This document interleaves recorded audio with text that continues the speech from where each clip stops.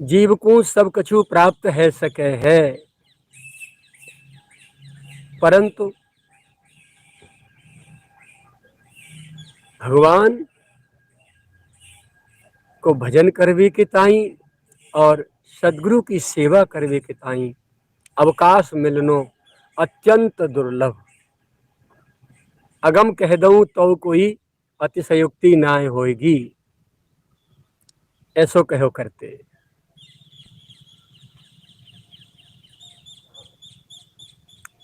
वाको कारण फिर बतायो करते। बोले या कराल कलिकाल में भगवत प्राप्ति बहुत सरल, भगवान की प्राप्ति तो बहुत सरल। ये सरल शब्द है ना, जाके हृदय में आठ गांठ न हो, जाको चित्त, जाको मन, जाको अंतःकरण, जाको चिंतन सर्राटे से अपने लक्ष्य रूपी प्रियतम तक कहूँ कपट गांठ में रुके ना, कहूँ विकार की गांठ से रुके ना, सर्राटे से लक्ष्य तक पहुंच जाए, उसे सरल कहते हैं। वो सरल हृदय। तो बोले भगवत प्राप्ति सरल सुगम, किंतु इस कराल कलिकाल में सच्चे संत की सद्गुरु रूप से प्राप्ति महादुर्लभ। यदि अगम कह दूं तो कोई अतिशयोक्ति ना होएगी। वाको कारण कलयुग की फौज आज साधु बन के वेश पहन के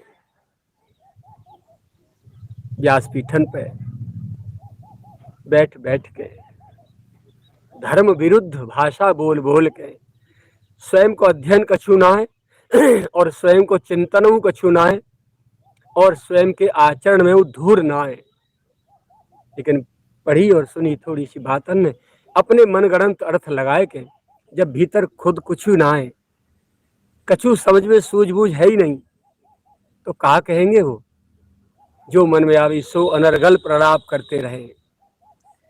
तो जो करते फिर रहे अनर्गल प्रलाप, वो इतनी आंधी उठ गई है घर घर गली गली में। श्रीमद् भागवत जी के महात्म में नारद जी ने बताई है ना कि, और मानस में भी गोस्वामी जी ने कही है, बेचै वेद धर्म दुहे लेही, पिसुन पराय पाप कहे देही। दूसरों की निंदा चुगली करके दूसरों के पापों को बखान करने में लगे रहते हैं और वेदों को बेचने में लगे हैं। तय कर करके कई कई लाख लाखों में, कई कई करोड़ों में, और जो कथाएं कही जा रही, प्रवचन किए जा रहे हैं, ये क्या है? वेदों को बेचना नहीं तो और क्या है? तो इनकी इतनी आंधी उठ चुकी है कि सच्चे संत की पहचान करना महाकठिन हो गया, अत्यंत कठिन हो गया। और सच्चे महापुरुष को आवश्यकता नहीं संसार की, वो संसार को रिझाते नहीं, न संसार के लिए आते। वो संसार में जो भगवान के लाडले साधक हैं, जो प्रेमी हैं, जो प्रियतम के लिए छटपटा रहे हैं, प्रभु के जो लाडले लाल हैं, जो रसिक हैं, जो आत्म कल्याण चाहते हैं, भगवान से मिलना चाहते हैं, उनके लिए संत आते हैं, संसारी विषयों के लिए नहीं आते। इसीलिए उन्होंने अपने आप को छिपा लिया, संतों ने छिपा लिया। और एक घटना पूज्य श्री सुनाया करते थे। जिस समय कलयुग का पदार्पण हुआ, परीक्षित ने दमन किया,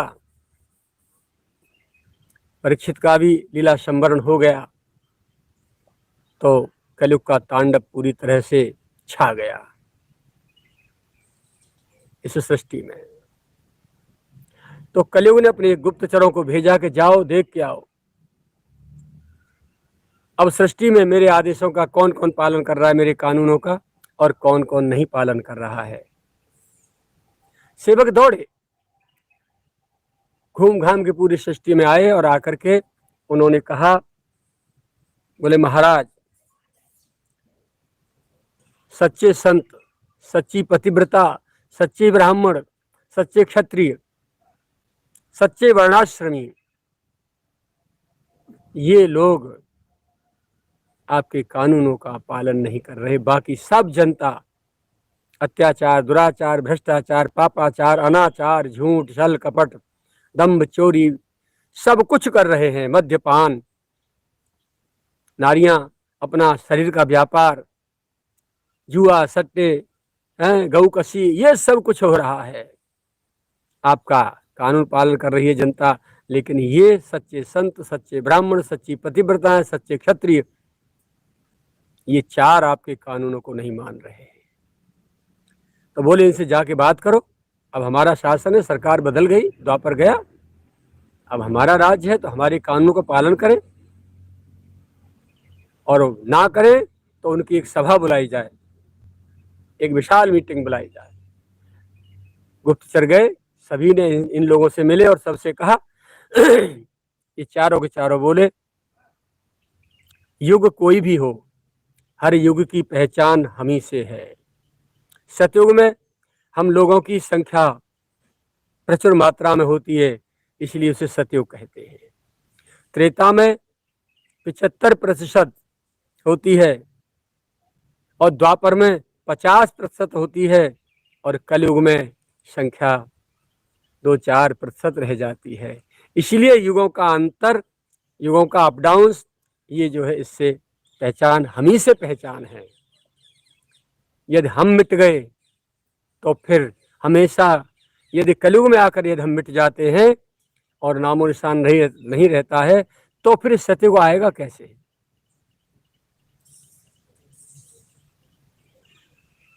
इसीलिए हर युग की पहचान हम ही से है। हमको मत छेड़ो, तुम जाओ। बोले हमारे महाराज ने सभा बुलाई है और उसमें आपको आमंत्रित किया है, जवाब दीजिए उनको। चलिए चलिए, चल दिए साहब, चारों चल दिए।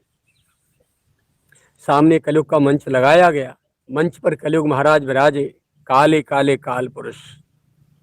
इनकी आंखें दिखाई दे रही थी मटर सी, बस काला काला, पूरा शरीर काला, एकदम काले वस्त्र, काला रूप, एकदम काला ही काला दिखाई दे। बैठा मंच पर, उसके सेवक भी काले काले सब, और मंच पे बैठा हुआ, नीचे मंत्री बैठे दर, उससे नीचे और सेवक गण बैठे, और सामने बिल्कुल अपना फर्श या जो भी व्यवस्था की गई, इन ब्राह्मण, क्षत्रिय और पतिव्रता और संतों के लिए व्यवस्था दी गई। बैठे सामने जाकर मंत्री ने आवाज लगा के इन सभी से कहा, क्या आप हमारे महाराज को जानते हो। तो ब्राह्मण, पतिव्रता और संत तीनों आगे, पीछे क्षत्रिय खड़ा था कंधे पे सोटा लिए। तो सोटा को हिलाते हुए क्षत्रिय ने कहा, हमने खाई है तेरे महाराज की खीर, सो हम जाने तेरे महाराज को। कौन है, होगो कोई बड़ुआ। कलयुग देखने लगा मंत्रियों की ओर, अरे ये तो इतने निर्भीक और निडर है कि इनको ये भय नहीं है। क्या मैं इस समय सृष्टि में सार्वभौम सम्राट हूं।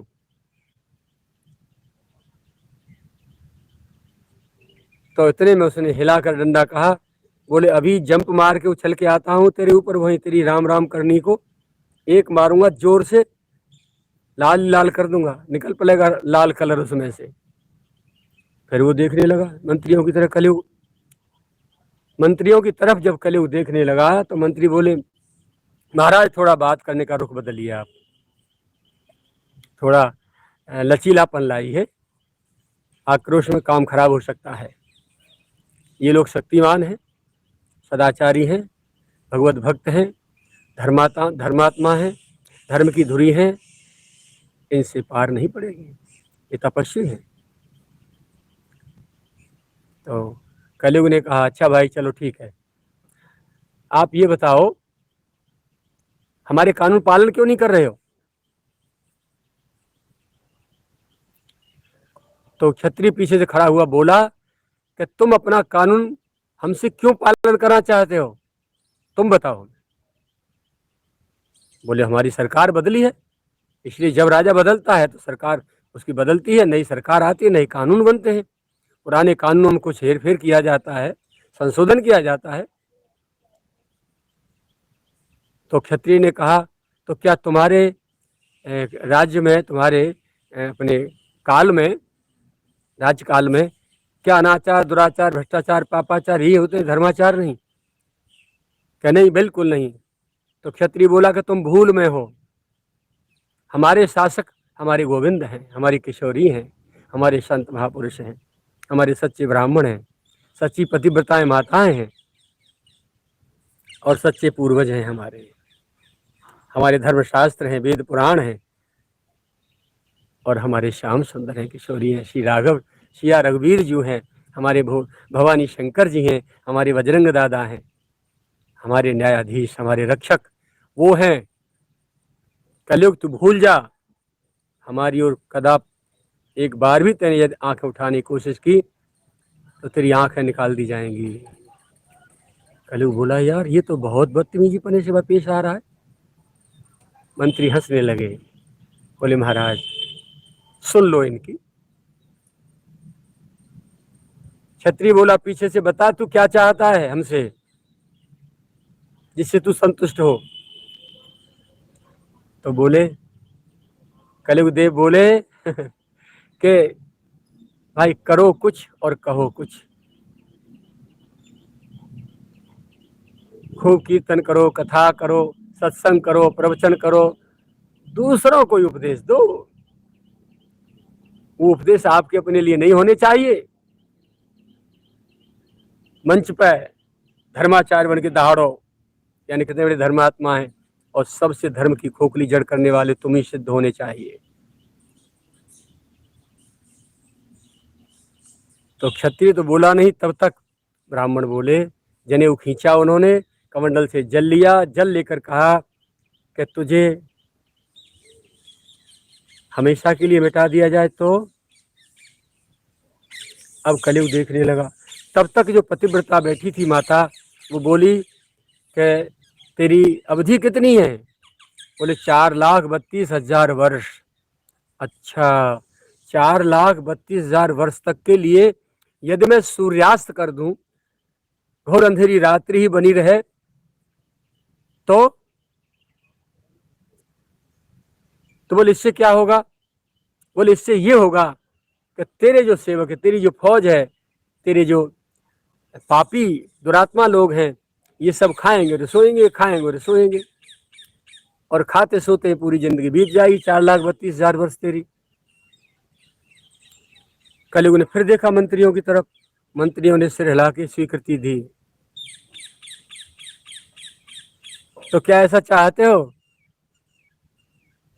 संत बोलने वाले थे, तब तक संत नहीं बोले, तब तक ही कलयुग बोल पड़े और कूद के नीचे आ गए। अच्छा भैया, हमारा फैसला है, हमारा आपसे फैसला है, इतना जरूर मान लेना हमारा, हम जो कह रहे हैं कि तुम्हारे धर्म कार्यों में हम कोई बाधा नहीं करेंगे, खूब करो, लेकिन करो कुछ और कहो कुछ, ये ध्यान रखना। इतना तो हमें आपसे चाहिए, और नहीं तो फिर तुम देख लेना, अब हम तुम्हें नहीं बुलाएंगे, जाओ, मीटिंग भंग होती है। सभी चले गए, उठ के सब चले गए अपने गंतव्य। अब कलयुग ने फिर एकांत में फिर सभा बुलाई अपने मंत्रियों के सेवकों की। बोले भाई क्या करना चाहिए? हमारा तो आना न आना बराबर हुआ। जब ऐसे लोग, शक्तिवान लोग, जो हमसे भी पावरफुल लोग हैं, ये जब हमारे शासन काल में बैठे रहेंगे और हमारे कानूनों का पालन नहीं करेंगे, मनमानी करेंगे, तो हम काहे के रह जाएं? एक बूढ़ा सा मंत्री बोला कलयुग का, बोले महाराज यदि मेरी बात मानी जाए तो आपकी जीत हो जाए। बोले क्या? बोले हम जितने भी आपके फौजी जवान हैं, हम सब इन्हीं का वेशभूषा धारण कर लेते हैं। जो दुराचारी, पापाचारी, अनाचारी, भ्रष्टाचारी, जितने भी दुरात्मा लोग हैं, हम सब इन्हीं का वेश धारण कर लेते हैं। बढ़िया बढ़िया सुंदर जो है चोटी रखाएंगे, जनेऊ पहनेंगे, तिलक लगाएंगे, बढ़िया कुर्ता बगलबंदी धोती पहनेंगे, तिलक छापे लगाएंगे, और मनगढ़ंत जो भी आए श्लोक बोलेंगे उल्टे सीधे, तो ब्राह्मण हम बन जाएंगे ऊपर से। और दाढ़ियाँ लंबी रखा के, जटाएं लंबी रखा के, बहुत बढ़िया बढ़िया वस्त्र पहन करके गाड़ी बंगलाओं में घूमते घूमते हम जो संत बन जाएंगे। और पतिव्रताओं की बात है तो हमारी महिलाएं हैं, लंबे लंबे घूंघट पहनेंगी, पतियों की गिनती नहीं, और लंबे लंबे घूंघट लगाएंगी, पतिव्रताओं का नाटक करेंगी। और ये क्षत्रिय जो दहाड़ रहा था ना, ये रक्षक ही भक्षक बन जाएंगे, तो हम क्षत्रिय बन जाते हैं कुछ। आप हमें पद पद प्रदान करिए, अमुक स्टेट का मुख्यमंत्री, अमुक स्टेट का मुख्यमंत्री, अमुक स्टेट का, अमुक जिले का जिलाध्यक्ष, अमुक जिले का डीएम, अमुक जिले का एसएसपी, कहीं जिला जज, कहीं ये कहीं वो, आप हमें पद प्रदान कीजिए। फिर काम हम आपके करेंगे और वेशभूषा इनकी होगी, तो ये लोग बदनाम हो जाएंगे, ये लोग बदनाम हो जाएंगे। इस भय से ये बाहर नहीं निकलेंगे, इनको जान बचाना मुश्किल हो जाएगा, और हम जीने नहीं देंगे इनको। व्यास मंचों पर बैठ बैठ करके इन्हीं की हस्तेशी करेंगे हम, इनकी भजन स्थलियों को तोड़ेंगे, इनकी झोपड़ियों को तोड़वाएंगे, इनको इनका चरित्र उछालेंगे, अनेकों लांछन लगाएंगे, क्योंकि ये धर्म से बाहर हटेंगे नहीं। पैसा इनके पास होगा नहीं, पापाचार दुराचार से जो अर्थ कमाया जाता है, धन इकट्ठा किया जाता है, वो ये कर नहीं सकेंगे, आर्थिक रूप से कमजोर हो जाएंगे, और इनके पास फिर बाहुबल भी नहीं होगा, जनबल भी नहीं होगा, धनबल भी नहीं होगा, पूरी तरह से निर्बल हो जाएंगे। हम हावी हो जाएंगे इन पर और तांडव आपका मचा देंगे। सभी ने सभा में पूरी में मेज थपथपा करके उनके प्रस्ताव का स्वागत किया, कलयुग ने यश कर दी। तो आज चारों तरफ आप जो देख रहे हैं, ये कलयुग की फौज है। किसी महापुरुष को तो कह नहीं सकता जो सच्चे रूप से व्यास मंच पर बैठ करके और सच्चे धर्म का आचरण करते हुए अपनी वाणी को शास्त्र से अलंकृत करते हुए समाज की सेवा करने लगे हैं। बाकी अधिकतर तो भैया ऐसे ही है।